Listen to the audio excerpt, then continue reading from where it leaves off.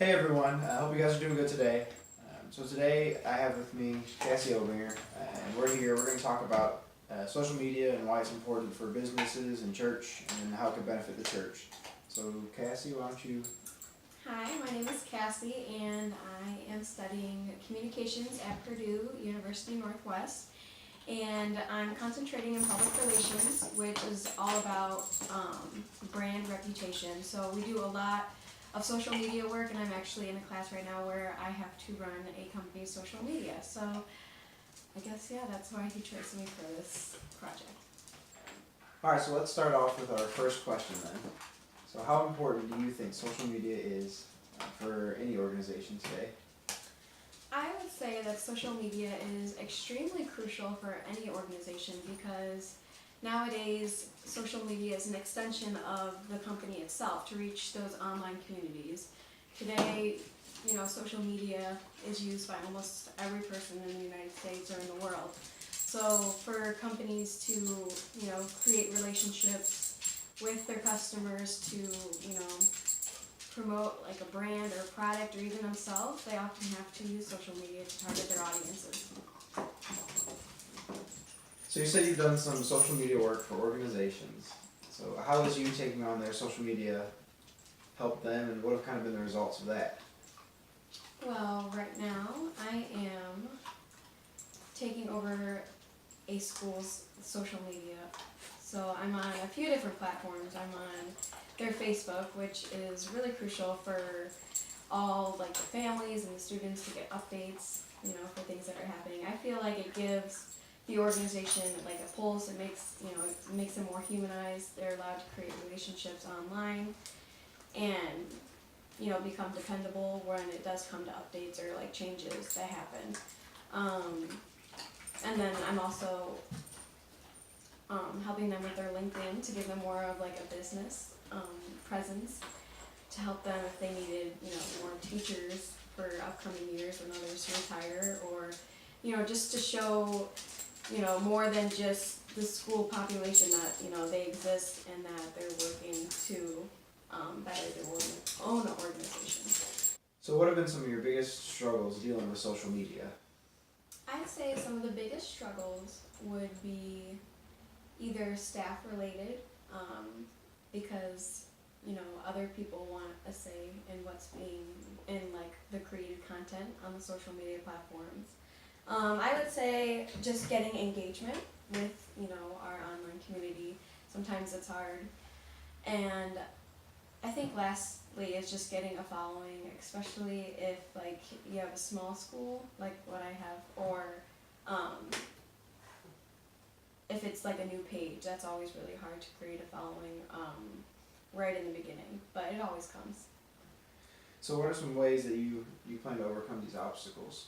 Yeah, well, when you do have discrepancies with the staff, you just need to sit down and you need to talk with them, show them a content calendar, what you have scheduled for the whole month, how their ideas can be implemented in the content, and then just let them know you have a plan, and that there can be many different editors on a social media page, but just make sure that everybody is on the same page. So that's what I did do essentially. And then to get more, engagement, that's always tough because we're on Facebook, and Facebook has a formula that puts more things on the news feed that you're following if there's more engagement. So that's what we ultimately want. We want people to see our content. In order to get that content, we need to have more engagement. So in order to do that, you have to realize who your influencers are, and those are people who have a higher status on social media. So if they're commenting, reacting, or liking any of your content, that automatically boosts your content, which is good. It means that other people see it more often. So just identifying who your influencers are, and then letting them know, like, hey, would you be willing to comment on this just to boost the post or anything like that. But also just to create user-generated information or content. Like, you need to be listening to your online community and see what they want to hear, like what would they like to see from your page. And when you start listening, and that's the whole beginning process of your campaign, then you'll see that people will interact more with, what they want to see. So just be listening to your online community. And then, what did I say? Lastly, get a following. That just takes time.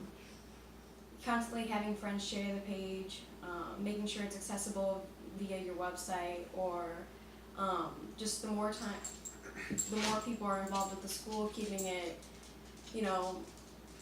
like on handouts, like, hey, we're on Facebook, follow us on Facebook, anything like that. So kind of shifting gears a little bit, social media has been around for a really long time. You said it's really important, but churches sometimes still shy away from using social media, or maybe smaller businesses. Why do you think people still shy away from using it even though it's so popular? I think that churches don't think they need a social media because they think that they're not run as a business sometimes. Maybe that could be the case. They want to keep things like in-house, and they feel like maybe they have the means of spreading the information, the way that it's always been. Maybe they think that, if you're on social media, you're selling a product, so they don't want to be another brand on social media that's trying to sell something. And maybe there's just, not enough people who know how to, run social media as a church. Okay, and so for a church, do you think there's anything they should be cautious about when they begin getting involved in social media? I don't think that they need to be cautious or anything like that. I think that as long as they're genuine and transparent about who they are and with the people that they're interacting with, then that's all that really matters, and that's all that their community asks them to do. Cool. So we kind of talked about the cautions. What are some benefits that the church could have from using social media and engaging that way? Yeah. In my class that I was talking about earlier, one of my classmates is actually running social media for a church, and she's really excited about it because, churches want to be a part of their community, and they try to be, a presence in their community all the time through, diligent work or like benevolent things that they do. But the online community is, even more so in existence nowadays. So I think churches should be, even more present there as well. So I think that it would give them really good outreach. And, when, new visitors have questions, maybe they don't want to go on the website. Maybe they want to see like the life of the church, through their posts, through the content, get to know them more than maybe a website. People are more comfortable going on a social media page, I feel like, nowadays. All right, so last question for you. What are maybe some tips you'd give to a church who's trying to develop that social media fingerprint in their community? I think, like I've already touched on, they should be genuine and transparent. They want to be, the online extension of themselves. Everything needs to line up with who they are in, so to say, real life. I think the first things that they need to do is make sure it's available on their website, bring in links that will lead them to their different social media platforms. Build an online presence, have key members of the church share the Facebook page.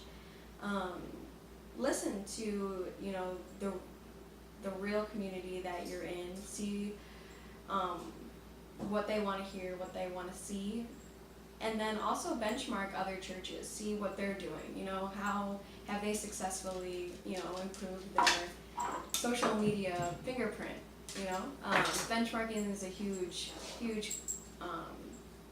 concept to implement when you start a social media campaign. Cool. All right, well, thank you very much, Cassie, for coming and taking some time out of your week to come and talk to me and talk to whoever might see this video. And hopefully this might help somebody out, help some churches out. But yeah, thanks for shedding some wisdom. Sure thing.